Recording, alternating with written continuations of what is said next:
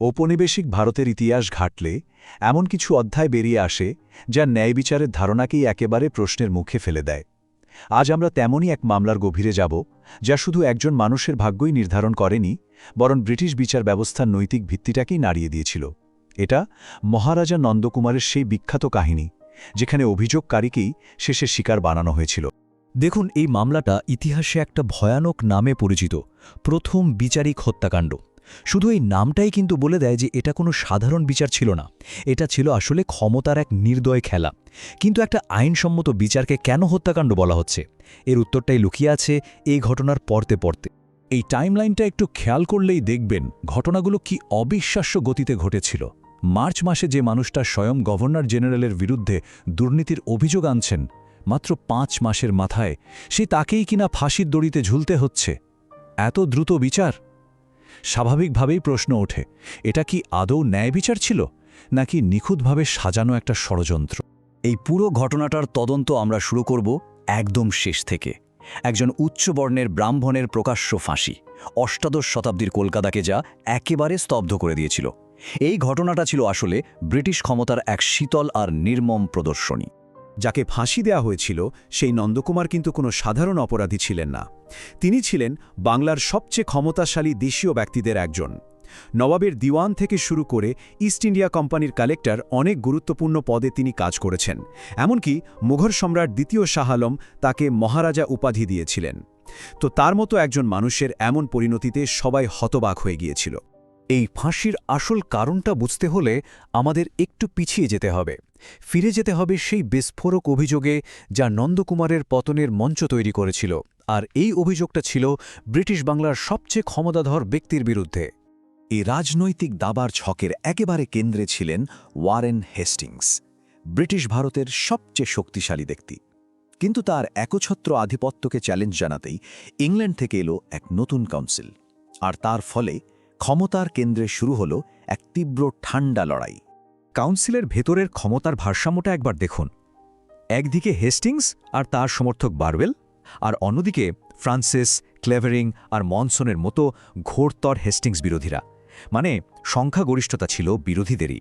তারা হেস্টিংসকে ক্ষমতা থেকে সরানোর একটা সুযোগ খুঁজছিলেন, আর মহারাজা নন্দকুমার ঠিক সেই সুযোগটাই যেন তাদের হাতে তুলে দিলেন। হেস্টিংস বিরোধী গোষ্ঠীর সমর্থনে নন্দকুমার কাউন্সিলে একটা চিঠি পেশ করেন।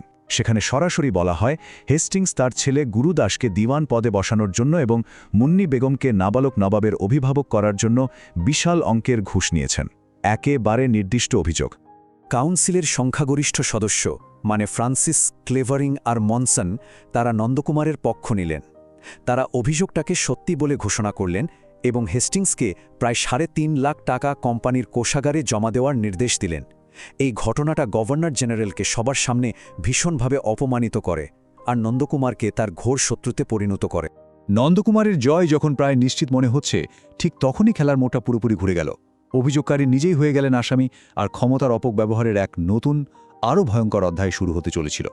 হঠাৎ করেই মোহনপ্রসাদ নামে হেস্টিংসের এক ঘনিষ্ঠ লোক নন্দকুমারের বিরুদ্ধে জালিয়াতির এক পুরনো মামলা দায়ের করে বসল।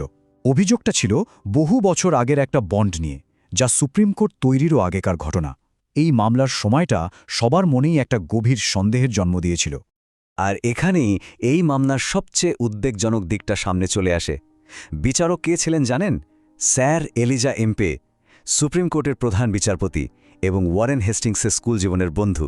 ভাবুন একবার, নন্দকুমারের ভাগ্য এখন তার শত্রুর সবচেয়ে কাছের বন্ধুর হাতে। এই বিচারটা শুরু থেকেই আইনি আর নৈতিকভাবে ত্রুটিপূর্ণ ছিল। একটা ব্রিটিশ আইন যা কোনো ভারতীয়র উপর প্রয়োগ হওয়ার কথাই না, সেই আইন দিয়ে নন্দকুমারের বিচার করা হলো। আরও অদ্ভুত ব্যাপার হলো, যে অপরাধের জন্য এই বিচার, সেটা যখন ঘটেছিল বলে অভিযোগ, তখন এই সুপ্রিম কোর্টের কোনো অস্তিত্বই ছিল না। মানে আইন আর আদালত দুটোই এখানে প্রশ্নবিদ্ধ। রায় দেয়া হয়েছিল খুব তাড়াতাড়ি, আর শাস্তি ছিল চূড়ান্ত।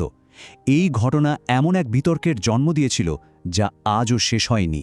এই মামলার উত্তরাধিকার আজও ব্রিটিশ বিচার ব্যবস্থার একটা কালো অধ্যায় হিসেবে রয়ে গেছে। নন্দকুমারের প্রাণভিক্ষার জন্য অনেক আবেদন করা হয়েছিল।